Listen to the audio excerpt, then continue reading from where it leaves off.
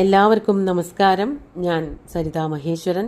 ഇന്ന് ശ്രീമദ് വാൽമീകി രാമായണത്തിൻ്റെ ബാലകാണ്ഡത്തിലെ 29ാമത്തെ സർഗത്തിലെ 44 മുതൽ 50 ശ്ലോകം വരെ ഉള്ള ഭാഗമാണ് നമ്മൾ നോക്കാൻ പോണത്. അതോടുകൂടിയിട്ട് ഈ ഒരു സർഗം തീരാണ്.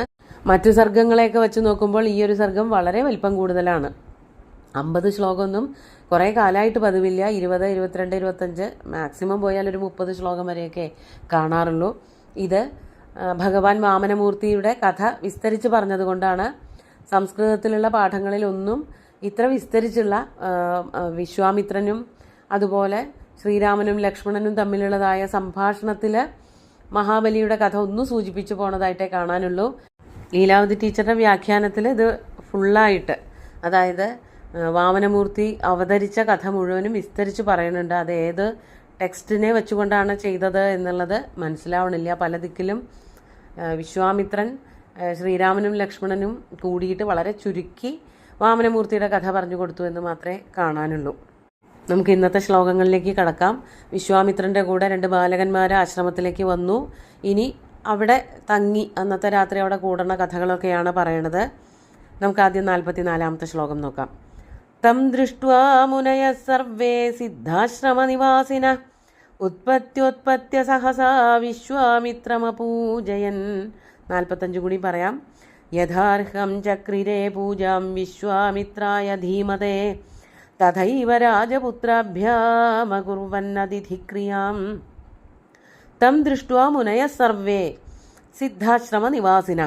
തം ദൃഷ്ടുക എന്നുള്ളത് കൊണ്ട് വിശ്വാമിത്രനെയാണ് അവർ ആദ്യം കാണുന്നത്. വിശ്വാമിത്രനാണല്ലോ ആദ്യം നടക്കുന്നത്. വിശ്വാമിത്രൻ്റെ തൊട്ട് പിന്നാലെയായിട്ടാണ് 2 ബാലകന്മാരും വരണത്. അവിടുത്തെ ആശ്രമത്തിലെ നിവാസികളായിട്ടുള്ള ഋഷീശ്വരന്മാർക്കൊക്കെ വിശ്വാമിത്രനെ നല്ലോണം അറിയൂലോ. അവിടെ നിന്നാണല്ലോ അയോധ്യയിലേക്ക് പോയത്. ആ വിശ്വാമിത്ര മഹാമുനിയെ കണ്ടതോടുകൂടിയിട്ട് അവരെല്ലാവരും ചാടിപ്പടഞ്ഞ് എണീറ്റ് വേണ്ട എല്ലാ ബഹുമാനങ്ങളും ആദരവുകളും പൂജകളും ചെയ്തു എന്നാണ് പറയണത്.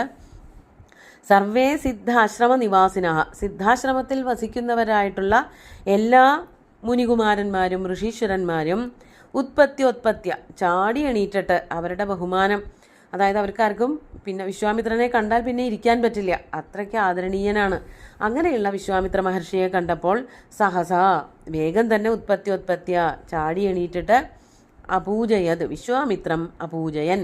ബഹുവചനാണ്. അവരെല്ലാവരും കൂടി തന്നെ വിശ്വാമിത്രനെ പൂജിച്ചു, ആദരിച്ചു. കയ്യും കാലും കഴുകാനും മുഖം കഴുകാനും ഒക്കെ വെള്ളം കൊടുത്തു, കുടിക്കാനും കുൽക്കുഴിയാനും അങ്ങനെയൊക്കെ കൊടുക്കണം. പുറത്തുനിന്ന് നടന്നു വരുന്ന ആൾക്കാർക്കുള്ള അതിഥി പൂജകളാണിതൊക്കെ. അതിനുശേഷം യഥാർഹം ചക്രിരേ പൂജാം വിശ്വാമിത്രായ ധീമതേ. ആദ്യം പറഞ്ഞ ശ്ലോകത്തിലെ ഭാഗങ്ങൾ തന്നെയാണ്.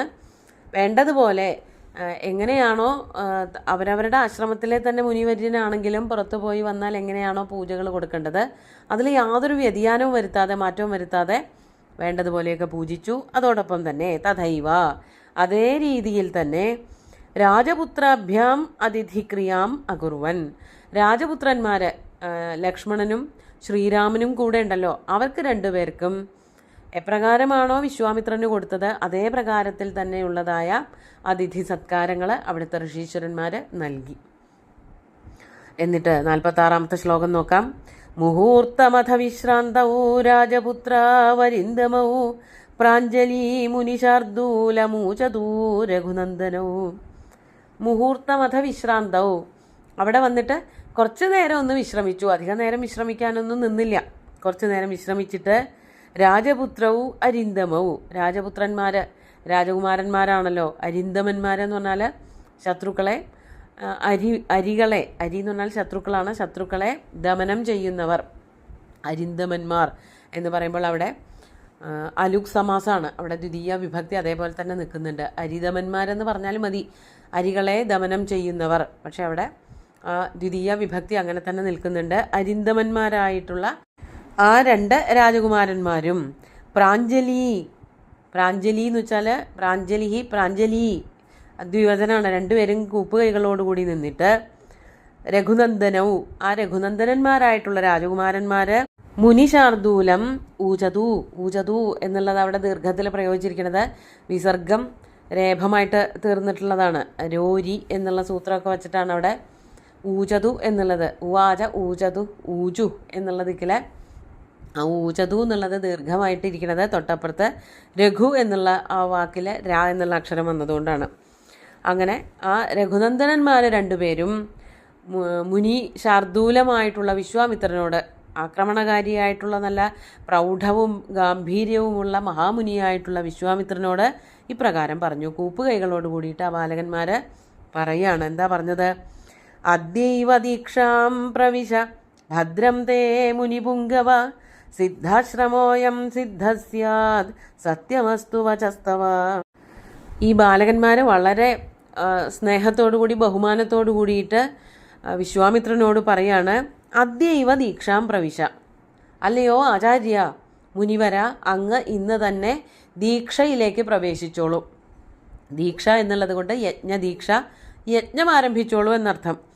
ഭദ്രം തേ മുനിപുങ്കവ, ആ യജ്ഞം ആരംഭിക്കുന്നത് കൊണ്ട് അങ്ങക്ക് ഭദ്രം മാത്രമേ ഉണ്ടാവുള്ളൂ, ഒരു കുഴപ്പമുണ്ടാവില്ല, മംഗളം മാത്രമേ സംഭവിക്കുള്ളൂ. അതുകൊണ്ട് കുറേ കാലമായിട്ട് മുടങ്ങി കിടക്കുന്നതായ, അല്ലെങ്കിൽ തുടങ്ങുക മുടങ്ങുക, ഇതൊരു പതിവായിട്ടിരിക്കുകയാണല്ലോ. ആ രാക്ഷസന്മാരാൽ മുടക്കപ്പെടുന്നതായിട്ടുള്ള യജ്ഞം നമുക്ക് ഇന്ന് പുനരാരംഭിക്കാം, അങ്ങ് ആരംഭിച്ചോളൂ. അദ്യൈവ ദീക്ഷാം പ്രവിശ ഭദ്രം തേ മുനിപുങ്കവ സിദ്ധാശ്രമോയം സിദ്ധസ്യാദ് സത്യമസ്തു വചസ്തവ. ഇത് സിദ്ധാശ്രമമാണല്ലോ, ഇവിടെ കാര്യങ്ങളൊക്കെ വേണ്ട വിധം നടക്കും എന്നുള്ളത് അങ്ങ് തന്നെയല്ലേ പറഞ്ഞത്. വേണ്ടതുപോലെ കാര്യങ്ങൾ നടക്കട്ടെ. സിദ്ധാശ്രമ അയം സിദ്ധ സ്യാദ്, എല്ലാം സിദ്ധമായി ഭവിക്കട്ടെ. സത്യമസ്തു വചസ്തവ, അങ്ങയുടെ വാക്കുകൾ സത്യമായി തീരട്ടെ. അതായത് വാമനമൂർത്തി ഭഗവാൻ ഇവിടെ നിന്ന് പുറപ്പെട്ടിട്ടാണല്ലോ മഹാബലിയെ അമർച്ച ചെയ്ത കാര്യങ്ങളൊക്കെ അദ്ദേഹം ആ തപസ്സിൻ്റെ സിദ്ധിയൊക്കെ വരുത്തിയിട്ടാണ് ഇതൊക്കെ ചെയ്തത്. അപ്പോൾ എല്ലാം സിദ്ധമായിട്ടുള്ള സ്ഥലമാണ് ഈ ആശ്രമം. അതുകൊണ്ട് അങ്ങയുടെ കാര്യങ്ങളും സിദ്ധമായിട്ട് തീരട്ടെ, അങ്ങയുടെ വാക്കുകൾ സത്യസന്ധമായി ഭവിക്കട്ടെ എന്നർത്ഥം. അത് 47-ാമത്തെ ശ്ലോകമാണ്. 48-ാമത്തെ നോക്കാം. ഏവമുക്തോ മഹാതേജ വിശ്വാമിത്രോ മഹാനുഷി പ്രവിവേശ തദാ ദീക്ഷാം നിയതോ നിയതേന്ദ്രിയ. ഏവം ഉക്തഃ, ഇപ്രകാരം രാമലക്ഷ്മണന്മാരാൽ പറയപ്പെട്ടവനായിട്ടുള്ള മഹാതേജസ്വിയായിട്ടുള്ള ആ വിശ്വാമിത്ര മഹർഷി. ഏവമുക്തോ മഹാതേജ വിശ്വാമിത്രോ മഹാൻ ഋഷി. വിശ്വാമിത്ര മഹർഷി എന്ത് ചെയ്തു? തദാ ദീക്ഷാം പ്രവിവേശ, ദീക്ഷയിലേക്ക് പ്രവേശിച്ചു. അതായത് സ്നാനാദികളൊക്കെ ചെയ്തു കഴിഞ്ഞിട്ട് യാഗം ചെയ്യാൻ തുടങ്ങി. അതിനുള്ള എല്ലാ ഒരുക്കങ്ങളുമാക്കി. നിയതഃ നിയതേന്ദ്രിയ, ഇതൊക്കെ വിശ്വാമിത്രൻ്റെ വിശേഷണങ്ങളാണ്. നിയതഃ എന്ന് പറഞ്ഞാൽ കൃത്യമായിട്ട് ക്രമത്തോടുകൂടി എല്ലാ കാര്യങ്ങളും ചെയ്യുന്നവൻ, തീർപ്പുള്ളവൻ. അതുപോലെ തന്നെ നിയതേന്ദ്രിയ, എല്ലാ ഇന്ദ്രിയങ്ങളെയും വശത്താക്കിയവൻ. തൻ്റെ നിയന്ത്രണം വിട്ട് ഒരു ഇന്ദ്രിയവും, അത് ജ്ഞാനേന്ദ്രിയമായിക്കോട്ടെ കർമ്മേന്ദ്രിയമായിക്കോട്ടെ, താൻ വിചാരിച്ചാൽ മാത്രമേ അവ അനങ്ങുള്ളൂ എന്നുള്ള രീതിയിലേക്ക് തൽക്കാലം മാറ്റി. അതാണ് യാഗത്തിന് പുറപ്പെട്ടാൽ പിന്നെ ഒരു കാര്യവും, അതായത് മനസ്സ് കൈ പിടുത്തത്തിൽ നിന്ന് പോവരുത്. ആ ഒരു ശ്രദ്ധയോടുകൂടിയിട്ടുള്ള നിയന്ത്രണം കൊണ്ടുവരികയാണ് വിശ്വാമിത്രൻ അവിടെ ചെയ്തത്. നമുക്ക് 49-ാമത്തെ ശ്ലോകം നോക്കാം. കുമാരാവപിതാം രാത്രിം ഉഷിത്വാ സുസമാഹിതോ പ്രഭാതകാലേ ചോത്ഥായ പൂർവാം സന്ധ്യാമുപാസ്യ ച. 50 കൂടി നോക്കാം. പ്രശുചീ പരമം ജപ്യം സമാപ്യ വിനയേന ച ഹുതാഗ്നിഹോത്രമാസീനം വിശ്വാമിത്രമവന്ദതാം. കുമാരാവപി, ആ രണ്ട് ബാലകന്മാരും ശ്രീരാമനും ലക്ഷ്മണനും താം രാത്രിം ഉഷിത്വ സുസമാഹിതൗ, അതും അവരുടെ വിശേഷണമാണ്. വളരെ സമാഹിത ചേതസ്സോടു കൂടിയിട്ട്, അവരും അതുപോലെ തന്നെ നിയന്ത്രണത്തോടു കൂടിയവരാണ്. എടുത്തു ചാടി ഒന്നും ചെയ്യൊന്നുമില്ല. ആ ശ്രദ്ധ അതുപോലെ ഭക്തിയൊക്കെ ഉള്ള മനസ്സോടു കൂടിയവരായിട്ട് അന്നത്തെ രാത്രി അവിടെ കഴിച്ചു കൂട്ടിയിട്ട് ആശ്രമത്തിൽ തന്നെ താമസിച്ച് അവിടെ തന്നെ രാത്രി ഭക്ഷണമൊക്കെ കഴിച്ച് ഉറങ്ങി പിറ്റേന്ന് രാവിലെ എണീക്കുകയാണ്. പ്രഭാതകാലേ ചോത്ഥായ, എളുപ്പാങ്കാലത്ത് അതിനേരത്തെ എണീറ്റിട്ട് പൂർവാം സന്ധ്യാമുപാസ്യ, സന്ധ്യയെ ഉപാസിച്ചിട്ട്.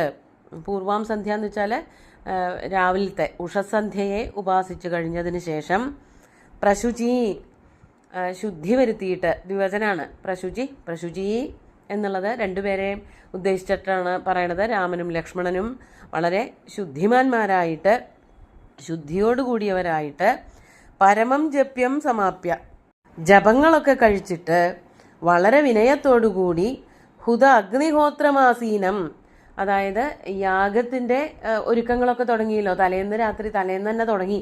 പിറ്റേ ദിവസം രാവിലെ മുതൽ വിശ്വാമിത്രൻ അതിനായിട്ട് തന്നെ ഉത്സാഹിക്കുകയാണ്.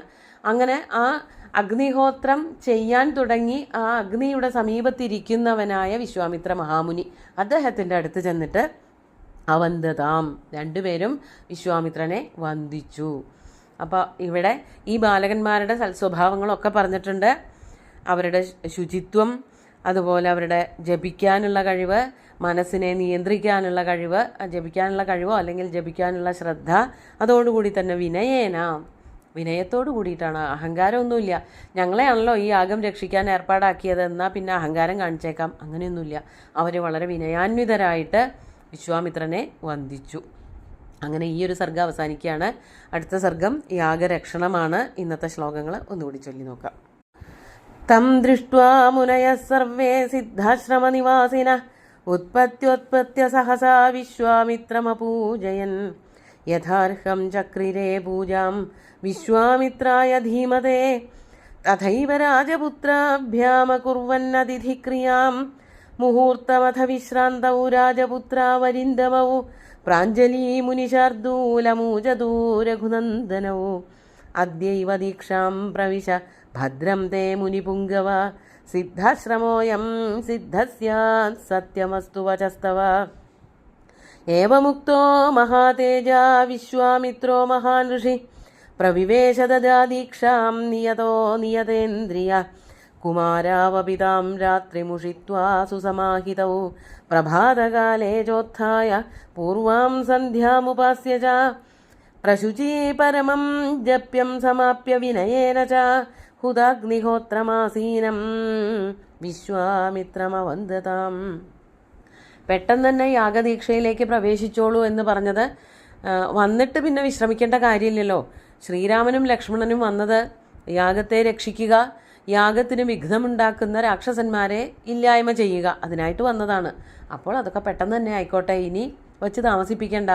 അതിനായിട്ട് പ്രത്യേകം ഒരു താമസമൊന്നും ആവശ്യമില്ല. വിശ്രാന്തി, കുറച്ചു നേരം റെസ്റ്റ് എടുക്കേണ്ട കാര്യമൊന്നുമില്ല എന്ന് തന്നെയാണ് ശ്രീരാമൻ വിശ്വാമിത്ര മഹർഷിയെ അറിയിച്ചത്. അതിനെ തുടർന്ന് എല്ലാം വേഗത്തിലായി. ബാക്കി ശ്ലോകങ്ങൾ അടുത്ത സർഗം നമുക്ക് അടുത്ത ദിവസം നോക്കാം. സുന്ദരമായിട്ടുള്ള ശ്ലോകങ്ങൾ ഭഗവാൻ ശ്രീരാമചന്ദ്രൻ്റെ കാൽക്കൽ അർപ്പിച്ചുകൊണ്ട് ഗുരുവായൂരപ്പനെ സാഷ്ടാംഗം നമസ്കരിച്ചുകൊണ്ട് എല്ലാവർക്കും ശുഭദിനം നേർന്നു നിർത്തട്ടെ. നന്ദി.